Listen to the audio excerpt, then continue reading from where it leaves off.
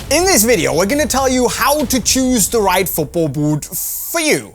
But that's gonna come later, because this is Q&A episode number what? 24. 24. Like I was saying, you have the questions, we have the answers, we're sitting down, we're chilling, it's all good. Let's just see where this takes us, because we're gonna start with football! And I'm gonna take the first question. Okay, wow, now I have a great question. Okay. From Pavla. Oh, wow. And he's not messing around. That is a ballin' name, man. What do you think about girls playing football? Do you think that girls should play football with boys or only with girls? That's a good question. So choose your words carefully right now. Girls playing football, I'm all for it. I don't even see why it should be a question. Why shouldn't girls play football? Should girls play with boys or should they play with girls? I mean, I don't see a problem with them playing with the boys, but I mean, as they grow older and they want to play competitively, if they're good enough to play with the boys, I don't see why they shouldn't be playing with the boys. I don't want to step on any toes here, and it could be a bit of a hot potato. But you're doing it already. It's too late to back down. But listen, I mean, if you would pit some of the best girls team against some of the best boys teams, I mean, there probably would be a gap in not necessarily technical quality, but physicality. So it would be, I think it's funnier for the girls to actually play with girls because they're more on, level with them in a physical sense. So okay, it's like that. I'm interested to hear your take on No, this. my take is very simple. I'm all up for girls playing football, and it's fun and cool if they play with boys, but on a competitive or professional level. Yes. They should not be mixed. I'm not hating on anybody, but in my opinion, for Chelsea FC, some girls should not play with Eden Hazard. They have their own league for that. Can you still make it to a pro team like Real Madrid or Manchester United if you're an excellent footballer, but the soccer league in your country is really bad like Australia's one? Can you still make it to a pro team even if you're... Yes. You can make it even if you live in Madagascar and you're playing with coconuts. I like to move it. If you're good enough and you are lucky, connected or whatever enough to progress, take correct steps at a time, anything is possible. But with that said, it's going to be more difficult, of course, if the footballing system in your country isn't as good as the, should we say, more established, old, big football countries like England or Spain or France or Germany for that matter. It's gonna take more because there might not be as many agents or as many academies, but if you're good enough, I mean, there's no one saying you don't have a chance. I'm a center back and want to improve. Is it worth practicing dribbling and skills? Will that help me? Probably shouldn't put more time into practicing skills than actual defending, but being good on the ball is a really good skill to have these days. Listen, in modern football, the more comfortable you can be with the ball, the better. Even the goalkeepers in the top clubs nowadays, they are really good at, you can see these clips of them playing rondo or juggling. Ederson. Good with their feet. Yeah, you man. can see managers want that these days. Exactly. So, but then again, you don't want your defenders to be overly flashy and taking too many risks. So no. But it's good to be good at it, but don't do it too much. But even many of the skills you see on our channel, it's not necessarily something you're gonna use in every single match you ever play. Wait, but what? it's just but it's just one of those things that the more you can be best friends with the ball, the more confident you're gonna be in the match in general. If that means you can do this elastico, but you're never gonna use it in a match, no. At least you learn how to maneuver with the ball. Yeah. And now we move on to the real talk. Lovely question, man. Wow. Jake Snyder killing it That with is- the first one. That is a My solid man, name. Jake. I am excited. My about man, what Jake. has to say. Why do pros tape their wrists? And how do you feel about it? Now let me just start that this image you're watching right now is obviously the man, the myth, the legend, Jolter. And I used to tape all kinds of things on my hand. Fingers, wrists, not so much actually. I don't know if you call it style or fashion, but it doesn't really do anything, right? CR7, back in the old days at least with Manchester United, it just looked cool. It's just one of those things you're sitting in the dressing room and tape is flying around. It looks hella cool, man. I don't think it serves any purpose other than for the player himself. Look, I'm gonna put my hands up.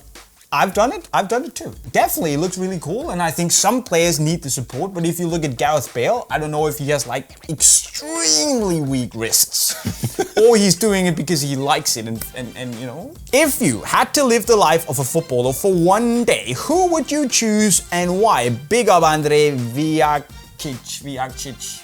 This is very difficult, but still it's pretty easy for me. I would go with Paddy Evra. I love this game! She said, do you love me? I tell her only party. I only love my bath and my mom. I'm sorry. Because Paddy Evra is having a flipping party every single day of his life. Sorry, Drake, for the remix. Don't be jealous. I would like to be Leo Messi. Just to go into this guy's mind and find out what goes through his head when the ball comes to like, how can he run at full speed and the ball is glued to his foot? I will actually. How would that feel like, you know, as a player? Like the ball is just stuck. You know? Obviously you could take like these fun guys or some guy who has a lot of cars or like, you know, whatever. Yeah. Like, but I would just like to experience that thing for one day. That would be fun, yeah. And you're playing against the best defenders at the you're training just ground and taking you're the just making piss. fun of them. Out of the two of you, who is the better footballer? Asked Peter Silsky. Wow. Really? You're gonna ask that? I take that as an insult. And I actually thought the reason I brought it was because right now, I would actually argue that it's me because I can actually play. Yeah, okay. There is a point, and you know, nowadays, like, honestly, I don't play a lot of football anymore. No. Like, as sad as it is. If I would still argue that you played so much more football than me and played at such a higher level than me that if we gave you a couple of knees that actually worked and some sort of basic conditioning, you'd probably be far ahead of me. But I can actually play football right now. Real talk, favorite pair of sneakers / trainers. That's a big one. I know you're wearing one of them right now. Yeezy gang! Okay. I just designed the Yeezys. I turned up. People are hating on Yeezys nowadays. I wear them because they're comfortable. Yeah, they're extremely comfortable. And Boost, why enough man. for you? I would say I would go for either the Zuki Runners or the Nike React Element 87s or the Nike Flying Racers. Sorry, Addy. I'm a Jordan guy. You can only take 3 pairs of sneakers to a deserted island. What would you take? 5 pairs. I will take Yeezys, you know, the 350. I love comfortable. It's like my shopping cart shoes, everyday years. I will take a pair of Jordan 4s, Jordan 11s, Jordan 1s, and probably another pair of Jordan 1s. Thank you very much. It's time that we move on to the boot bag. And we're gonna start with the question that is called, how to choose the right football boots. It's all about finding out about what do you want in your football boot? Do you want it to be lightweight? Do you like the look of the sock or the feel of the sock? Do you like leather? What are you actually looking for in a boot? Now, the best way of actually figuring out that is to go out and try a lot of boots. So figure out what you want, then find out, obviously, the right size. So one of the key elements of finding your right boots is to find a boot where you can get a size that fits you. Because just getting the right size isn't necessarily always going to be enough. You want to find the size where both the length and the width fits you well. So find a size that actually fits your foot, find your obvious fit, and then look to get the sole plate that matches the surface that you're actually playing on. So if you're playing a lot on AG, you want to go get an AG Pro pair of boots. If you play a lot on soft, muddy, wet pitches, you want to go get a pair of SG boots. If you only play on FG pitches, why not go get an FG pair? And the last thing Is the price, the budget. the dollars. Because obviously, if you like the high color, you want knit, you want a lightweight boot, you figured out that you have a pretty slim foot and you want to play on AG, and you find out, hey, this Superfly 6 Elites. That's the boot for me, but you can't afford to pay 270 euros. You're out of luck. So what do you then do? Well, you also gotta look at your budget. And there are options for that as well, because then you can just go down to the Pro variations. It's all good in the hood, and we can help you with that. And if you're really in doubt, just ask us. There's a comment section right down below. You can just ask us. Why do you think Suarez switched from Adidas to Puma? I think it's a combination, like we discussed before, of 2 things. Them dollar bills. He's getting older, he wants to be the face of a brand, and then potentially also that he really likes the boots. I was about to say those 3 things. Yeah. Because the futures are lovely. I mean, it's a very good boot. Puma are making him their, one of their main guys, paying him a lot of money. It all makes sense. Why not? And who knows, I'm not pointing any fingers. Maybe he even had some beef with Adidas and he wanted to go somewhere else anyways. Does J-Mike get bullied a lot in his team because he has so many pairs of football boots? You know what, yes. Really? I did. Well, I'm not getting bullied, but I get like sarcastic comments every time there's a new training and I rock up in these, and the boots are getting more and more outlandish. So when I rock up in like, the new Preds, pink Preds or something like that, they're all gonna kick the shit out of me for it. It's all gonna be like, yeah, that's just the way it is. And also, I'm bringing it on myself. I'm being a bit cocky. Oh, let's just put it like that. I mean, I kinda enjoy it. So we move on to the giveaway. And today we have this lovely fella right here, the Derby Star Bundesliga ball that you can win. Actually, you can't win it. This guy won it. Matthew L., what are your opinions on people buying very limited boots and using them in practices/games? Bowler move. I call it big man thing. Yeah. Like to me, it's just like, look, man, it's just football boots. Listen. How limited are they? I don't care. Does it matter? Is it your boots? Yeah. Can you do whatever you want with them? Yeah, man. Did I want a pair? Yeah. Am I butthurt I didn't get a pair and they're being used so I can't put them on the shelf? Yeah.